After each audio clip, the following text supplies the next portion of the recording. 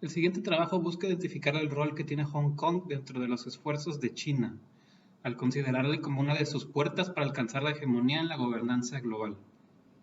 Esto con el fin principal de conocer el por qué Hong Kong es clave para el inminente cambio de estafeta que se está dando con la reconfiguración en el escenario internacional. Si bien es cierto que los cambios que se están gestando serán inminentes, es necesario conocer los elementos clave que ayudarán a definir el cambio en la gobernanza económica global. Por ello, será un recorrido por el pasado y presente de Hong Kong, así como será una proyección de lo que se podría esperar en el futuro cercano. Dado lo anterior, nuestra pregunta de investigación es: ¿por qué Hong Kong es clave para el inminente cambio de estafeta en la gobernanza económica global?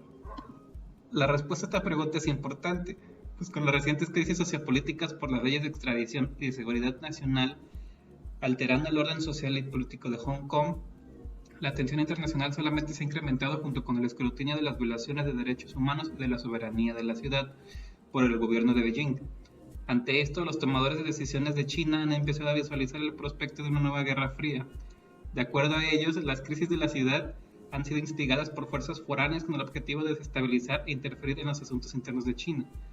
A medida que previene una competencia más intensa y directa con Occidente, por las consecuencias de la pandemia del COVID-19,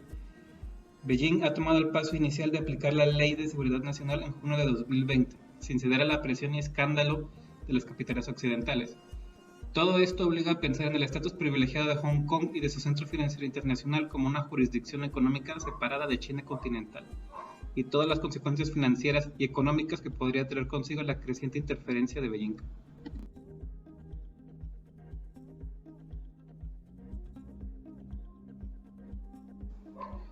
No cabe duda de que un nuevo orden económico mundial está en formación. Si bien pareciera que Estados Unidos y China siguen en una disputa por posicionarse como la hegemonía indiscutible, puede que el nuevo orden post-COVID-19 traiga grandes sorpresas. Mientras que Estados Unidos se encuentra en una transición de poder entre Trump y Biden, así como una reconfiguración de las políticas gubernamentales llevadas a cabo, puede que China aproveche para seguirse posicionando. China se ha logrado consolidar como buen adversario para Estados Unidos, sobre todo si se considera los grandes avances que ha conseguido en diferentes aristas, lo cual ha permitido superar al PIB estadounidense e incluso desplazarlo en el sector industrial. Lo anterior no ha sido nada fácil, sobre todo si se toma en consideración la guerra comercial que se ha ido gestando entre ambos a partir del 2018. Las discrepancias que pueden observarse a simple vista entre China y Hong Kong no han de extrañar. A poco más de 2 décadas de su reintegración al país sigue habiendo roces entre lo que se prometió que sería un país dos sistemas de conformidad con el acuerdo firmado por China y Reino Unido el 19 de diciembre de 1984. En la actualidad Hong Kong es uno de los llamados tigres de Asia, lo cual no es de extrañar si se toma en consideración que es una de las principales bolsas de valores del mundo, además de contar con el tercer mejor ingreso per cápita de Asia. La bolsa de Shanghai es la segunda de mayor importancia a nivel internacional después de la de Wall Street, y el puerto en el delta del río Yangtze es el segundo con mayor movimiento del mundo. A pesar de ser denominado como la economía más libre del mundo y el centro financiero y comercial más competitivo del planeta, ha sido catalogado como una democracia incompleta, de acuerdo con The Economist.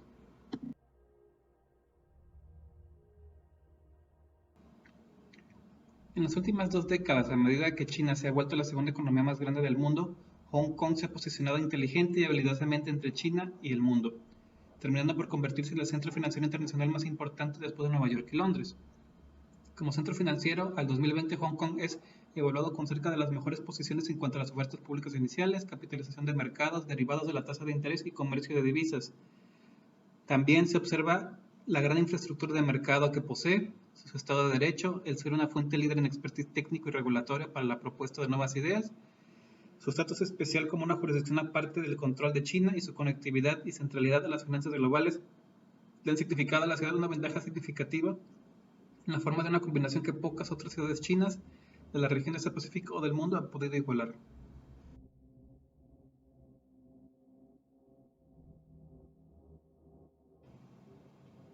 La posición de Hong Kong como el centro financiero internacional de Beijing es crecientemente cuestionado, comenzando en 2014 con las protestas Occupy Central, cuando algunos funcionarios chinos empezaron a ver a Hong Kong como, entre comillas, niño malcriado revoltoso, que se aprovechaba de la dependencia del país a sus mercados financieros sin reciprocar lealtad política. Después vienen las protestas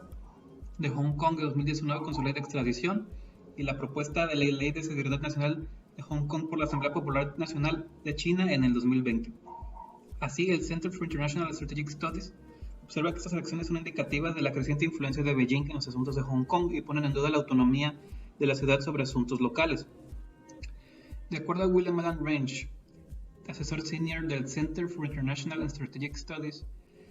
cito: "Empiezo a ver una preocupación creciente de que Beijing ha violado el espíritu y el texto del principio constitucional de un país, dos sistemas".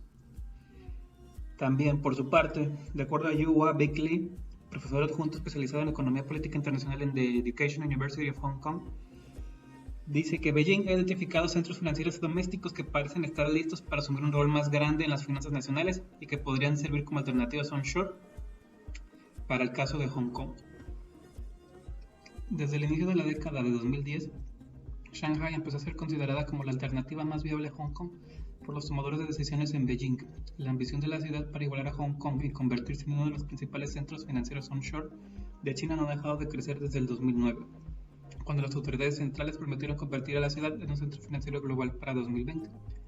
Baek-lee caracteriza a Shanghai como el supremo símbolo de cómo China se ha desarrollado en las últimas 3 décadas, registrando cifras por encima del crecimiento nacional promedio de 9 a 10% en la última década. En las últimas 3 décadas, Shanghai, con su población de 17 millones, su bolsa de valores, sus compañías emprendedoras no estatales, su riqueza y sus áreas regeneradas se han convertido en el símbolo que dice Baek-lee. Sin embargo, en el corazón del problema, en Shanghai existe una división difusa entre la política y la finanza. El economista Yasheng Huang, en su libro Capitalism with Chinese Characteristics, dedica un capítulo titulado What is Wrong with Shanghai, en el que cita a Chen Liangyu, secretario del Partido Comunista de la ciudad, quien solía presumir que más del 85% de la economía estaba en manos del Estado. Huang concuerda.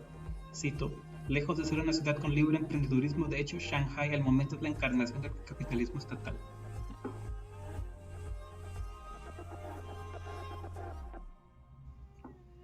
Por su parte, las ciudades de Shenzhen y Tianjin, con sus centros financieros domésticos, aspiran a volverse más prominentes en la misma forma que Shanghai. Sin embargo, las ambiciones de estas dos ciudades han resultado prematuras.